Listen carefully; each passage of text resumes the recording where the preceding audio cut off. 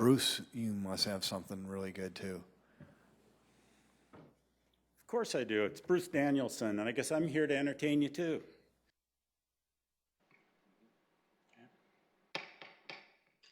Well, good afternoon, everybody.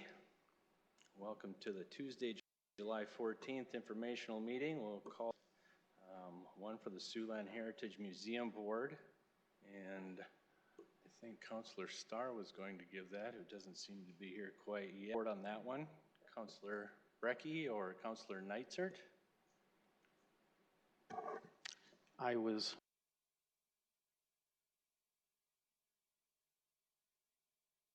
busy and was not there. Okay.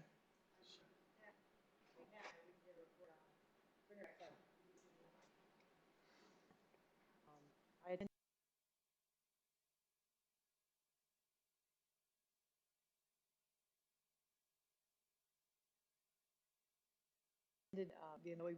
I took notes and I forgot to bring them along, but we passed several routine reports. We're in the process of completing the tips, and we are looking at preliminary. There's going to be a hearing on a preliminary tip plan, and then there's also the state, which is for Alex. Actually, I'm still learning the acronyms for this board. It really deals with a lot of federal funds, and TIP stands for Transportation Improvement Plan, and then there's a state transportation. We're going to piece together a report, and so we're.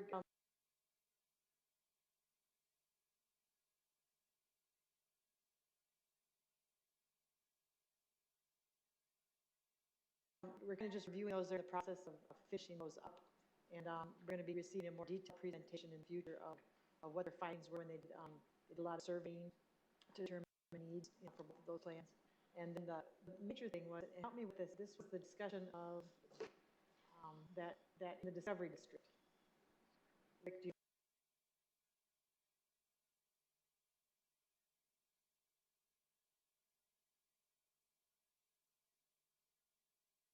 remember, Pat, the piece of property in the Discovery District we were discussing as part of that UC? I do. I remember. There is a large project that's going to be coming to town, and the rumors are circulating with a large corporation, but the EDC accepted or applied for an EDA grant, a federal grant for infrastructure and roadways as part of a large facility coming at 500,000 square feet plus of a warehouse distribution center. There are some people who know what it is, but we're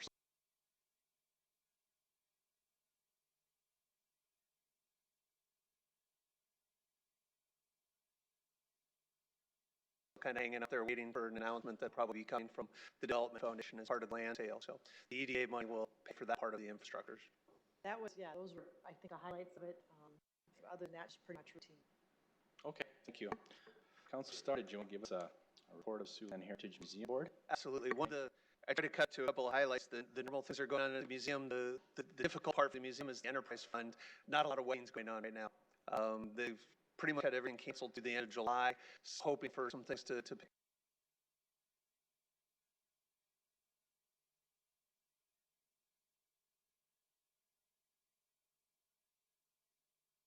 up. So a big part of the expenditures for the museum are paid for through the enterprise fund to cover the extras that the museum, that both the county and the city don't cover. So having a chance to cover those has been a big expense.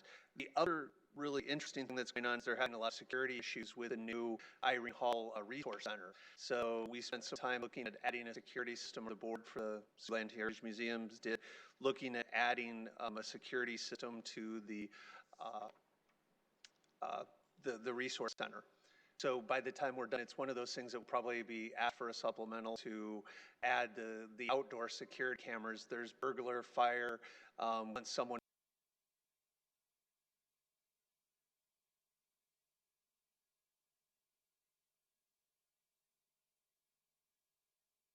breaks into the building, but one of the vehicles that was in the parking lot was damaged, had some windows broke up. Someone stole a catalytic converter off of the van, so they were out there for a while doing a little mechanicing work underneath some of the equipment that parted.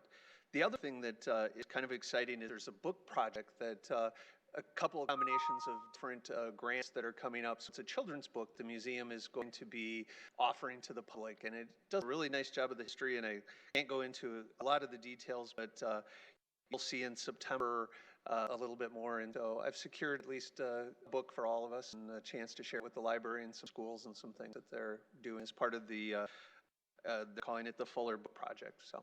Okay, thank you for that. Move on to open discussion. Any city council open discussion for today? If I can, Mr. Go Chair. ahead, Councilor Starr. Yes. Last week we had some residents from the Whittier neighborhood address us in front of council and some concerns with Heritage Park and some of the things. And I wanted to thank the police department. They've really put some extra effort into enforcement. I've been able to work with Public Works to do some lighting, and as well as the Parks Department to fix some broken fixtures and get a chance to light up some things. The other thing in the neighborhood, from a security standpoint, must be security report day, is there's some trees that need to be trimmed up because the lighting is there, but the trees have grown up enough now so that they need to be trimmed back in the view in the neighborhood. There's also some abandoned vehicles and some things that were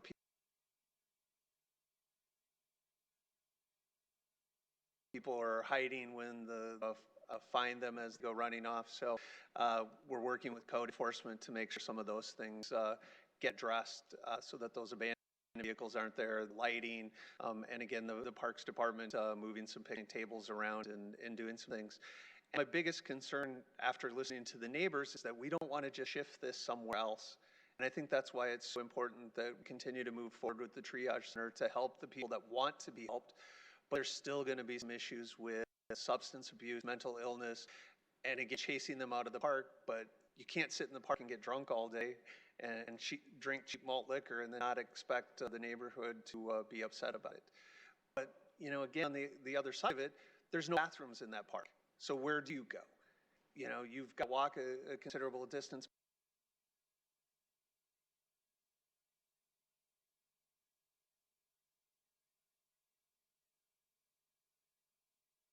Back to the Bishop Dudley, to the laundromat that's in the neighborhood and some of those things. And when you're struggling with whether it's substance abuse or mental illness, you can't be surprised when there's not a bathroom close that people aren't using the facilities. So again, we want to make sure that we're not shifting the problem somewhere else, but at the same time, we're not going to sit around and not shift it. So we've seen that neighborhood go through a lot of those issues. And so I hope that as a city, we continue to address that. But again, the neighborhood folks deserve a chance for their kids. I mean, one of the things we're proud of in Sioux Falls is that we have neighborhood parks that were within that half-mile, and you should be able to take your family across the street without hearing people who are intoxicated screaming profanities and fighting and the other things that have been going on specifically in that park. Thank you. Any other open discussion? I was going to throw it to the phones, but for the first time in forever, we don't have to. We're all here. How about that? And sorry to be rude, Councilor Jensen. Welcome to your first informational meeting. We'll move into our presentations for the day. Pavement Management Program presentation by Zach Thomason. Looks like Director Cotter as well. Hello. Yes, thank you for having us. Zach Thompson is on the line with us, and then just to quickly frame this up, we've been working to bring this to you just with COVID and some of the delays with travel. We didn't want to wait any longer, even though IMS is still not traveling. The last time we drove and got a full condition of our streets was in 2015, the fall of 2015, and then we most recently did it in the fourth quarter of 2019. We really appreciate this data. It's good data per street segment, so you'll actually, once we get done with this presentation, we'll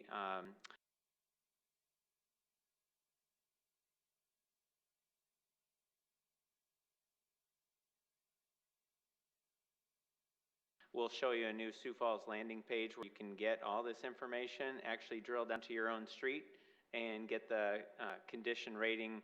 It's a scale of 1 to 100. And then also when you call one of our staff members, you can just be more informed and also have information on that landing page on other investments that we're doing. So if you only take one commute to work every day, but want to have a much broader sense of the investment that gets made, the City Council has been very forward on the investment that you support with the streets.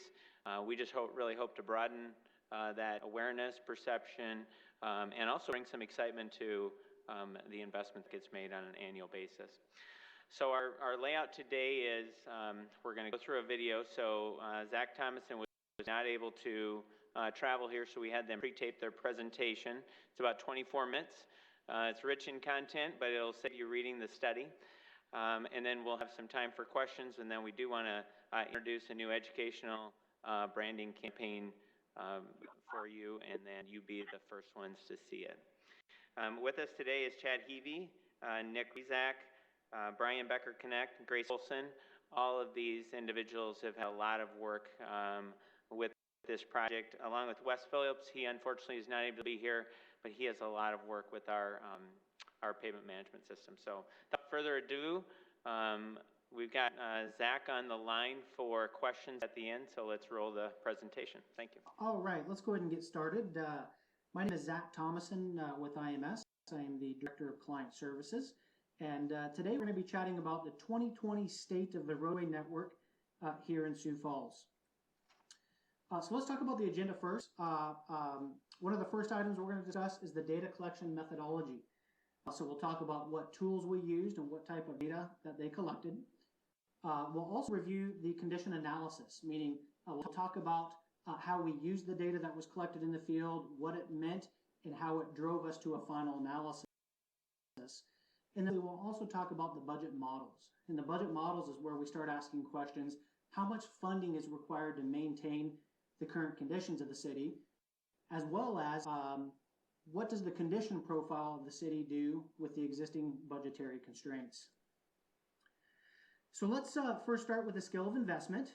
The city of Sioux Falls owns and maintains approximately 800 centerline miles of road, which equates to about 17 million square yards of pavement. That makes the roadway network the single largest visible asset that folks see and feel on a daily basis. And that asset is valued at $1.26 million per mile, total aggregate of $1 billion. So this is a huge asset that city staff are tasked with maintaining on a daily basis. If we take an early look at the score, the network average PCI score is a 70, which lands in the very good category. The PCI score is a pavement condition index, that health of a road on a 0 to 100 scale. 0 is absolutely horrible, on its way back to gravel. 100 is a perfectly brand new road that was paved yesterday. So again, 70 is a good score. It's a highly coveted score, and it does land in that very good category. The city's backlog is at 4%. Backlog, big ticket work, the expensive work that's to be done in the city. It's the full reconstruction candidates as well as the partial reconstruction candidates. So 4% of the city's roadway network falls into that backlog category. And quite frankly, that's a phenomenal number. Basically, any less than 10% is considered financially ideal from a pavement management perspective. So why do pavement management in the first place? And the concept is actually very good. If we see that red line there, that red line represents the typical deterioration of a pavement. And it's far more cost effective to maintain an asset over its life than it is to let it deteriorate and rebuild it at a later time. And such is the case with roads.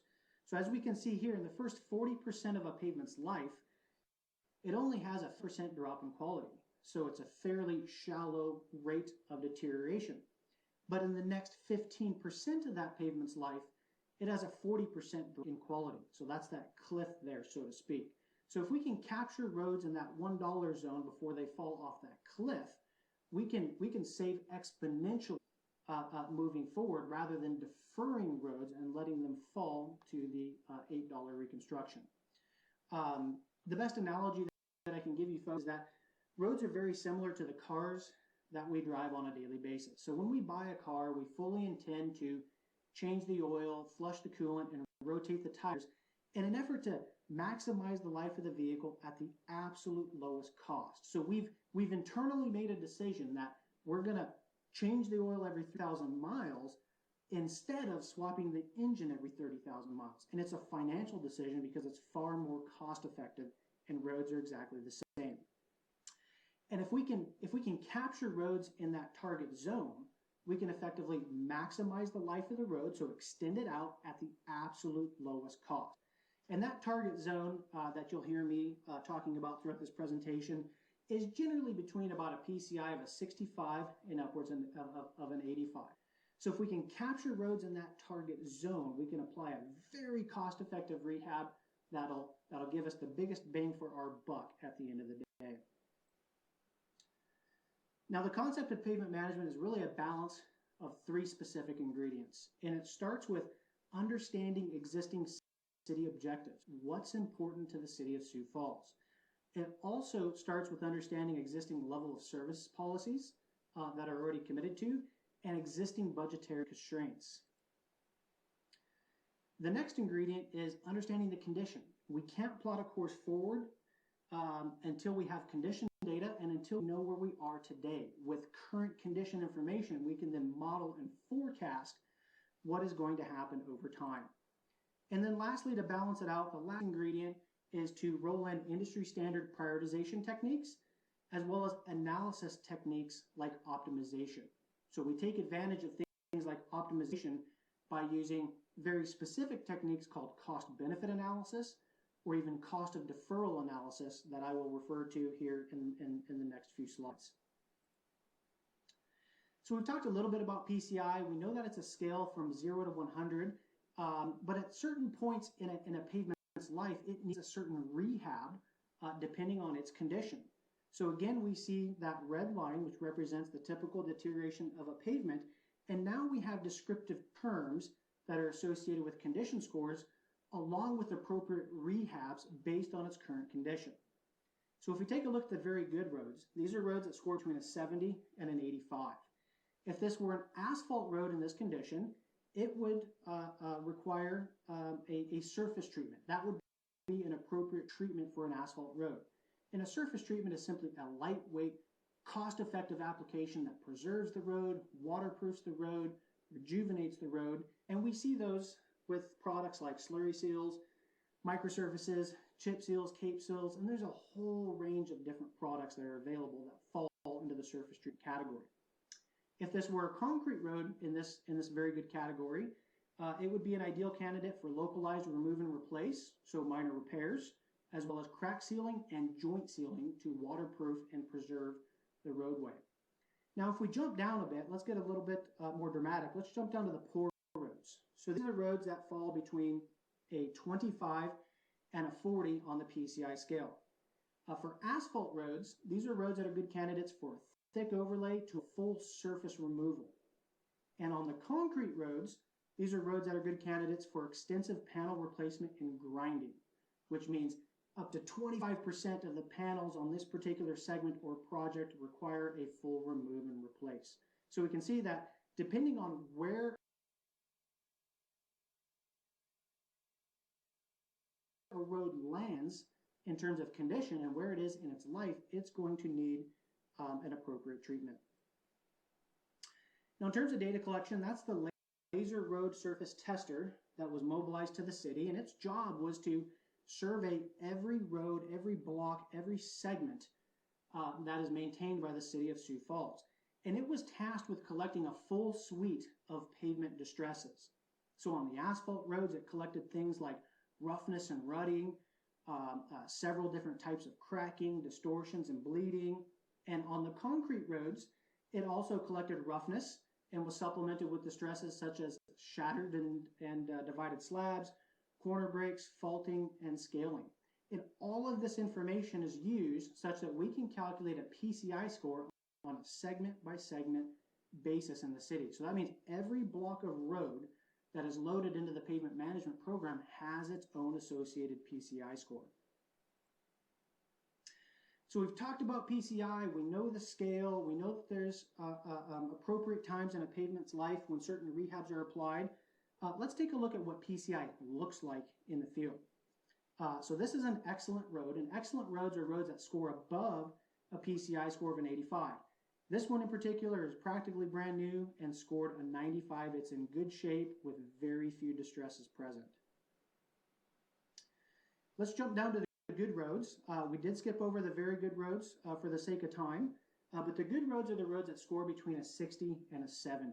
Okay, and this is the start of that target zone that I mentioned earlier, where we need to target roads and select roads in this category so we can get the biggest bang for our buck. in terms of rehab and life expectancy. So again, this particular road scored a 62, and that's because it was exhibiting moderate longitudinal and transverse cracking. We're going to jump all the way down to the marginal roads. So the marginal roads are the roads that score between a 40 and a 50. Okay, and this particular roadway scored a 47.